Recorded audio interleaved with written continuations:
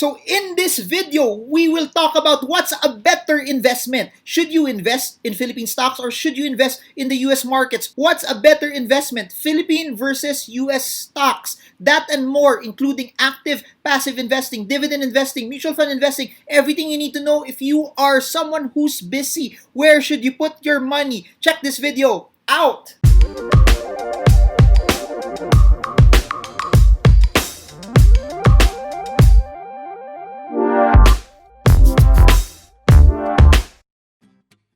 Hey guys, so we're back again for another edition of the podcast. This time, I want to read a question that was sent out by a doctor. Her name's Dr. Athena Parro. So let's go. This is Dr. Athena Parro. I'm currently working in a government hospital. I'm a resident physician in training. During my off days, I usually watch your YouTube videos and follow your Facebook feeds. I learned a lot in your videos. Your interview with Miss Salve is one of my favorites. Your in-depth video about Dito really impressed me. I joined the stock market. I slowly became a fan because of your passion for teaching Filipinos regarding financial literacy. Ibang klase dedication, daily videos. The content is 100% credible and no nonsense. I just want to share how much you changed my perspective, especially financially. It gave me conviction to start my new online business, from being a plain doctor to stock market to online business diversification. With this, I just want to send some of my products to you to thank you for all of the videos that you uploaded. So, well, Athena, your products are now here. If I also get to support you and people get to know about your product, that's amazing. So, Athena, thank you. I'll try this. It's called Beat Premium Coffee. So, they have different signature blends, no? Alam siguro ni Athena na mahilig talaga ako sa coffee. So, thank you for all of this. For those who've been watching my videos, you know I love to eat, especially my wife. We just love I love coffee, I love to eat, and then we love traveling. If there's a luho category, that's what I normally spend on luho lang. I don't crave or clamor to buy other stuff. But yun lang talaga yung gusto ko, natutuwa ko. And when people become entrepreneurial, because of the videos, when people start invest, I would always say turning Filipinos from consumers to investors. And the fact that Dr. Athena is moving, not just from being a doctor, which is a good job, no, it's a high-paying job, it's a high-paying skill, into an investor, stock market, and starting her own online business. I totally salute you, and I do hope your business would do well. And guys, supportahan natin siya. Supportahan natin yung mga kapwa subscribers ng channel na to. She sent me so many questions. I'm not sure if I can answer all of those questions, but I picked 4. First question, what would be your suggestion to those people who want to be passive investors that has so much thing to do but always get excited on opening their stockbroker account even if they don't have buying power at that time? In my opinion, there's nothing wrong with that. It just shows your interest. It just shows also that you are excited in analyzing the stocks that you are watching. So that's why I've been saying this in a lot of videos. My stock portfolio is split into different accounts. There's an account for quick trading, there's an account for position trading, there's an account for markets outside the Philippines, there's an account for dividends, there's an account for growth investing, etc.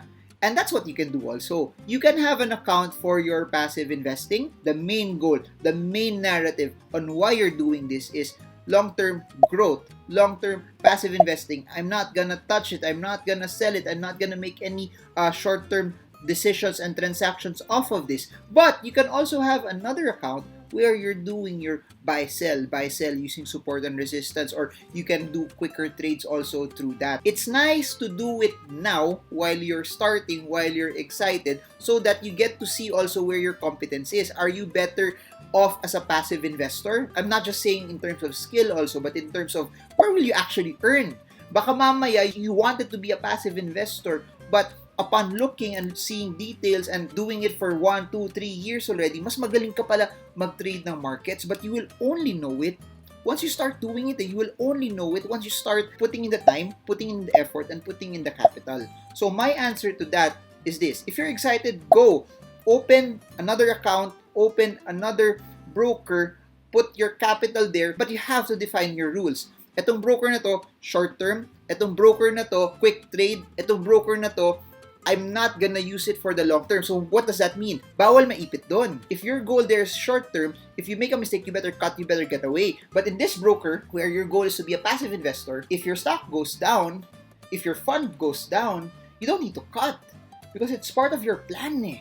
It's part of your plan to be a passive investor. It's part of your plan to just accumulate. It's part of your plan, probably if it's dividends, just to get as much dividends from that as possible.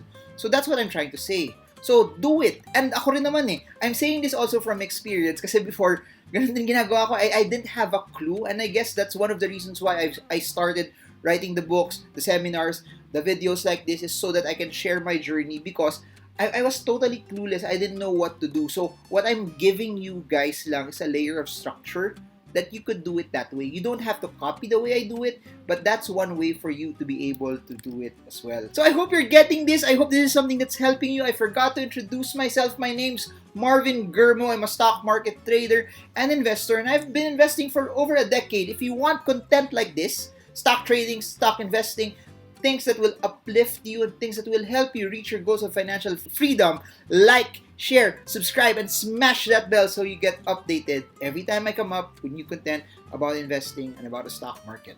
Next question from Athena Parro, Quezon City. What would be your suggestion to people who want to be passive investors that prefer mutual funds, index funds, but always get excited on the dividends through individual stocks on the companies that they love? It's almost the same answer as the first one.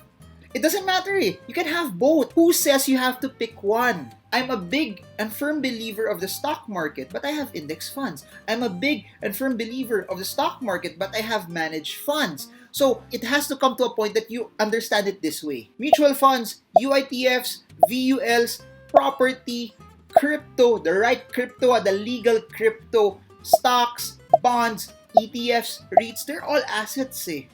The more you have of that, the better. Buy an index fund.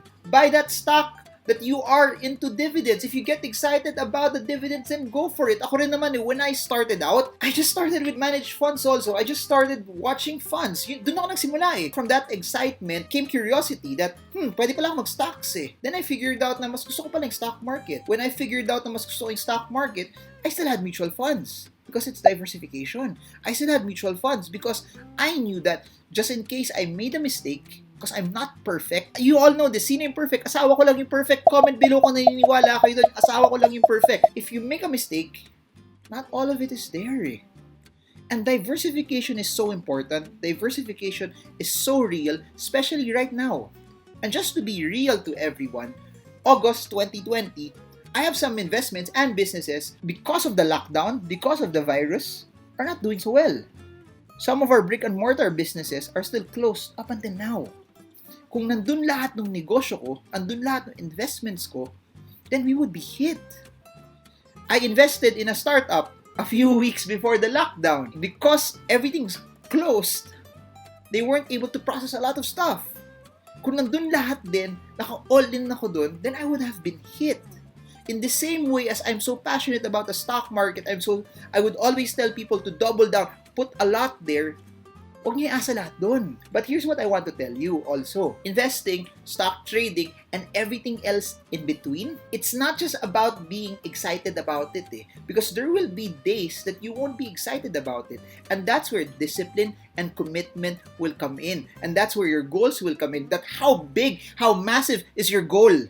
That no matter na tinatamad ka, gagawin mo pa rin. No matter it's not as interesting to do anymore, it's not rewarding as to do anymore, you will still do it. So, if you're excited about it, keep on studying. Keep on investing on those dividend stocks. It doesn't matter. That works. I hope you're learning. Comment below guys if you're learning, if you're enjoying this. I don't know why I'm so energetic. Baka dahil first time ko mag-video na may nalalamhak na kape during the video. But if you're enjoying, smash the like button for the YouTube algorithm. Next, in your personal opinion, US stocks or Philippine stocks? I do both.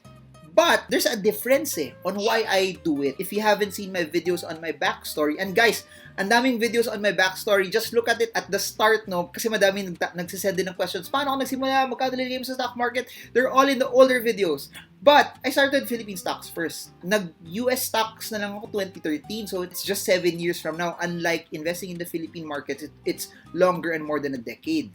So if you want to help the Philippine economy, Philippine stocks. If you think you're retiring in the Philippines and you need the cash flow, the nest egg, the growth in Philippine peso denominated currencies, Philippine stocks. If you don't want to study a lot of other companies, Philippine stocks. The main advantage of investing in Philippine stocks is konti lang yung pagpipilian mo Please remember, the Philippine Stock Exchange has just over 200 plus stocks. If you go in the US markets, it's thousands. So if you just want something that's narrow, Philippine stocks. Yung advantage pa nun is, especially if you're a passive investor, iilan lang yung conglomerate And iilan lang yung conglomerate na legit, na greatly run, na may growth pa rin, na may predictability. So if your goal basically is exposure in Philippine markets, investing in something that you want to understand, helping the Philippine economy, also Philippine stocks. And let me share to you one of the reasons why I diversified, why I went into the US markets. Number one, tech stocks. One of my siguro larger holdings outside the Philippines are tech stocks because I believe tech is the future, and there's not a lot of tech companies here in the Philippines, much more listed companies in the market that are heavily tech specific. So if I wanted exposure to that, US markets are the way to go. Number two, and I'll say this over and over and over and over again, diversification. Diversification is not putting all of your eggs in one basket. Now, it's so real right now. Why? Because the Philippine stock market is massively down. The US stock market and all other markets in the world are doing much, much better. So if everything that I had was in the Philippine markets, sayang. Please remember, it's okay kahit di ka naka-invest sa ibang bansa, sa ibang currency, sa ibang markets. It's okay also. However, sayang may opportunity to be able to earn it, to be able to get money from it, to be able to ride something. And not just that, one of the things that I would buy normally sa US markets are brands. Brands that, if I would always say sa Philippines, panahon na para Pilipino kumita sa Pilipinas kasi Jollibee, SM, Ayala, etc. have been making money in the Philippines, you also have to think about it this way. Nike, Microsoft, Facebook, Google, Starbucks, Disney, they've all been making money also from the Philippines. Bakit hindi pwedeng Pilipino naman kumita sa ibang bansa? Panahon na para Pilipino kumita din sa labas. That's what I want to say. That it's never a competition, but it depends on what your objective is. And my objective was basically diversification. My objective was basically to have other sources of income that can fight for me if one source is not there. 2020, may magkaka-REITs na tayo, magkaka-ETFs na tayo. In other countries, one of the reasons why I went there was because they had ETFs and REITs that were not available in the Philippines. Their access also to commodities wasn't there as well. So it's not like now that you have eToro, you have CFDs that will allow you and give you exposure, but at that time, wala In terms of at what particular point I like better, it depends also on the season and the economic flow at that time. So right now, August 2020, I like US stocks better. For sure. For sure, especially tech, because tech is the future, especially pharma companies. There's a lot of pharma companies in the US that's doing vaccines highly connected to what will be a cure to this virus, to this pandemic. So, if wala yun sa Philippines, sayang, I'm missing out. And that's what I'm saying. So, will there be a time also that I may favor the Philippines more versus the US? Most likely, because it's cycles. There was a time, especially after the 2008 crisis, where Philippine stocks were just moving up like crazy. Economic data in the Philippines were going up like crazy. To be honest, that's not where we are right now anymore. But it doesn't mean I'm not invested in the Philippines.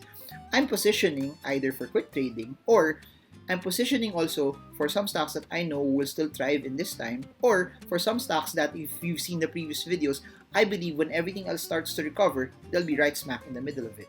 So, quick answer to both. Quick answer, diversify in both. Quick answer, it allows you to be exposed in different markets. So I hope you're getting this. 3 questions already, but we're gonna answer one more. Comment, I'm learning. Comment, I want one more. Thank you so much, Athena, for the coffee. Anyways, number 4. Your advice on professional doctors, nurses who has a steady stream of income that wants to diversify. Best place to put your money in. There's no such thing as the best investment. No such thing. No such thing. No such thing. Comment below. Say no such thing. No such thing. No such thing. No such thing. But it's okay for you to dabble so that you build your expertise, experience, and acumen. And I've had a lot of experiences with doctors. Most of the big pharma companies have invited me to do engagements with doctors. And what I've noticed is majority of the doctors are relatively a bit conservative. The businesses, the investments are either land, property, condos, drugstores. There's some people who are into bonds, etc. But something that has a bit more volatility, they don't go into it. So the biggest hesitation that I've seen for people that their line of work or business is not connected to stocks is they kind of shy away. So sayang. My suggestion, it's okay for you to expose yourself with an amount of money as long as hindi lang yun yung investment mo. You have other investments.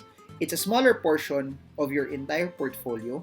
It's an amount of money that you don't plan to touch. It's an amount of money that should there be volatility, hindi ka masasaktan, hindi ka matatakot, hindi ka kakabahan. You already have a steady stream of income.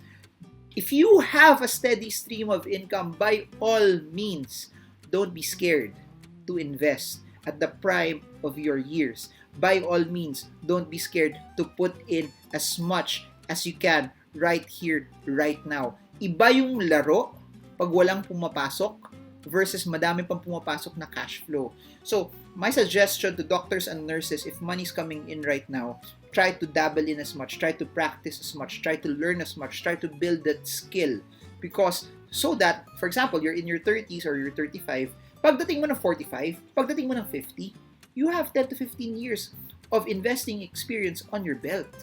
And by that time, also, assuming that you get better, you earn more, you get promoted, or if you have a clinical practice, lalo kang sumikat, your revenue will be bigger and you have a larger amount of money, but not just a larger amount of money, you have a larger amount of experience that you already know where to deploy it. Iba yung alam mo saan mo lalagay yung capital mo eh. Not just based on something na nabasa mo, but based on something na na-experience mo. And people can tell me, Marvin, huwag tayo mag-invest sa stock market, risk yan. No one can dissuade me from investing. Kasi, investing for me is not something that I read. It's something that I lived. It's something that I've seen. It's something na napagdaanan ko. Good times, bad times, red market, green market, cut loss na masakit versus highs na I've seen stocks go up also. It can't be dissuaded from me because it's something that I've experienced. And the only way for you to be able to have good sound advice for your own personal investments is to try it. Nothing beats actual practitionership. And that's why when people say risky ang Bitcoin, ako, I studied it. Pero hindi lang yun. Hindi lang sa inaral ko siya. I took the time and allotted money for it after learning about it. So that whatever I know about Bitcoin is not just concepts. It's not just something I watched through a YouTube video, but it's something that I live. And I hope that this is something that helped you, and to all of you guys, doctors, medical frontliners, nurses watching this, I salute you guys. Thank you so much for everything that you have been doing. Thank you so much, Athena, also for sending this question. And I hope that even if you're not part of you're not part of the medical industry, I hope that this is something that added also value to all of you. If you're like Athena and you have questions, put them in the comment section below and I'll try to make videos on top of that. Or, like what Athena did, slide a DM on IG and I'm gonna try to answer and I'm gonna try to converse also. Then we can make videos on top of that. So there, if there's one thing that I'll leave with all of you is, di pala one madami akong sasabihin. Build a lot of assets. Doesn't matter if it's US or Philippines. It doesn't matter if it's passive investing or active investing. It doesn't matter if it's mutual funds or direct stocks. It does not matter. Stockpile on those assets. Use this largest working time of your life to build assets. And what better way to do it when everyone's scared? What better way to do it right now in the midst of the crisis when everyone else does not know what to do? You're the one that has the answers. You're the one that knows what's supposed to happen. And I hope that this is something that encourages you, because one of the reasons why I'm so hyper right now is there's so much bad news, there's so much negativity, that I want to be the channel that gives encouragement, na kung natatawa rin kayo sa mga jokes ko, I hope meron sa mga punchline ko na pinapanood yung isang tao na hindi gwapo, na nagsa-stocks. I hope that it helps you and I hope that it adds value to you. But not just that, I hope that it causes you to execute and it takes you to the next level. That pag pinanood nyo tong video na to, 2, 3, 4, 5 years from now, the greatest thing that could touch my heart is you say that dahil sa video na yan ni Marvin, nag-invest ako. Dahil sa video yan ni Marvin, nakawala ako sa utang. Dahil sa video na yan ni Marvin, nakuha ko yung una kong 10 million, nakuha ko yung una kong 20 million. And believe me, you guys will be millionaires. I hope, I dream, I desire that majority of people subscribing to me, that you guys will earn, but not just earn. That as you start earning more, I hope that you use your money to make a difference in the world around you. And that's the whole crux of this. Prosperity with a purpose. So there, thank you so much. Thank you so much, Athena, for sending this. Guys, supportahan natin. Beat Premium Coffee. So there, guys, put the link in the description and I hope you guys got a lot from this. By the way, books in the description below. Online courses in the description below. Other topics that you can get on YouTube, all in the description below.